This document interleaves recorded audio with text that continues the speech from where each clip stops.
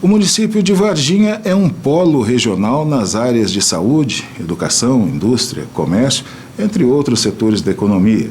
Por isso, abriga muitas pessoas que vieram de outras cidades para estudar ou trabalhar e permanecem por aqui. Com o tempo, a Princesa do Sul deixou de ser habitada apenas pela tradicional sociedade varginhense, mistura que alavancou o crescimento e desenvolvimento do município. E muitos dos personagens que fazem parte desta história têm sido relembrados para manter viva a memória da cidade. O jornalista Marcos Madeira, há 17 anos, resgata a memória de Varginha. Locais e personagens que marcaram a cidade são lembrados em seu blog. É uma coluna chamada Memórias de Varginha. Por que memórias? Porque os leitores mandam para a gente fotos da cidade, fotos antigas, e conta. Essa aqui era a minha casa, tinha uma jabuticabeira, que é uma coisa difícil de acontecer hoje aqui na cidade, e antes toda a casa de Varginha tinha quintal com árvores frutíferas e sempre um quintal dava com o quintal do vizinho. Então a criançada brincava tudo junto ali, isso era uma coisa muito comum na cidade. Então as pessoas mandam fotos de como era a cidade e contam a história da casa dela, da família.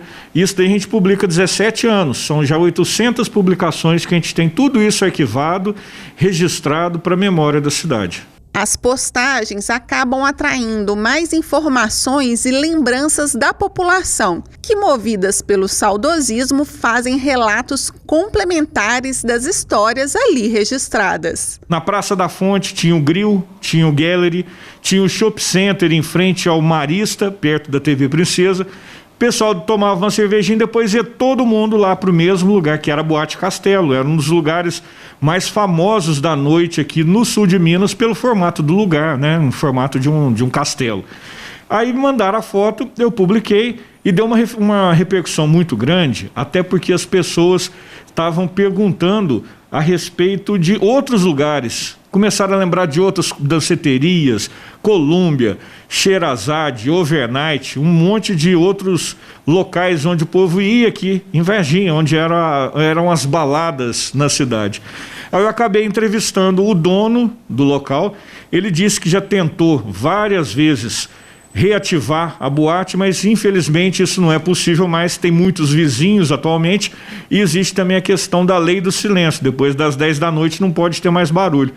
Então ele resolveu, ele vai reformar, está reformando, mostrou o projeto lá, ficou bem bacana, e vai ser uma casa, mas vai continuar tendo aquela aparência de castelo. Todo o processo é prazeroso para o jornalista que relembra o que chamamos de bons tempos e como era viver em uma cidade pequena nas décadas passadas. O Adão, ele era uma figura assim, muito conhecida, morava na rua, a família dele morava na Vila Barcelona, mas ele ficava mais na rua, ficava o dia inteiro. Ele era baixinho, gordinho, muita gente lembra dele, era uma pessoa do bem. Ele brincava com as crianças, imitava Fusca.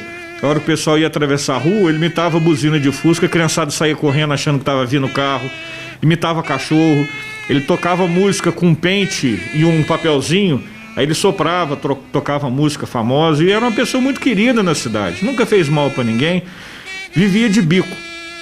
Aí alguma família fala, cuida aqui do quintal, ele limpava o quintal, eles davam um prato de comida para ele. Era uma pessoa muito conhecida. Nós recebemos do amigo meu, Júlio Brito. O Julinho mandou um vídeo do Adão na Praça da Fonte tocando uma música no pente. O pessoal começa a lembrar não apenas dos locais, mas também como que era a vida em Varginha. Antes o pessoal ia a pé, voltava a pé para casa. Aí um amigo meu contou que ele estava na Boate Castelo, conheceu a menina, levou a menina até a casa dela, lá no Centenário, a pé, passando pelo ginásio do Marcão, no Santana. Depois foi para a casa dele, que era aqui no centro, voltou para o centro, tudo a pé. Imagina hoje, é complicado, questão de segurança, antes era uma outra cidade. Quem tiver um relato, fotos, vídeos que retratem a história da cidade, pode entrar em contato com o blog. É só mandar redação@blogdomadeira.com.br, sem cedilha, sem o acento. E a gente sempre recebe muito presente. Ontem mesmo uma leitora veio aqui, trouxe esse álbum daqui de Varginha, que são fotos antes e depois. Então você mostra O Cinema Rio Branco, antes e depois, a Praça da Avenida, antes e depois, é um trabalho da Marluce Ramos. É uma moça que também faz um trabalho muito legal pela história de Varginha. Ontem me trouxeram isso aqui e deram de presente. Tem os jornais também, que a família do jornalista Oscar Pinto Paiva, eles doaram para o blog. Eu construí, mandei fazer um armário especialmente para colocar esses jornais, para condicionar, para não ter problema de armazenamento. Então são jornais da década de 30, da época da Grande Guerra, da Segunda Guerra Mundial. Então é um material muito importante que a gente sempre vai digitalizando e toda semana a gente coloca no blog.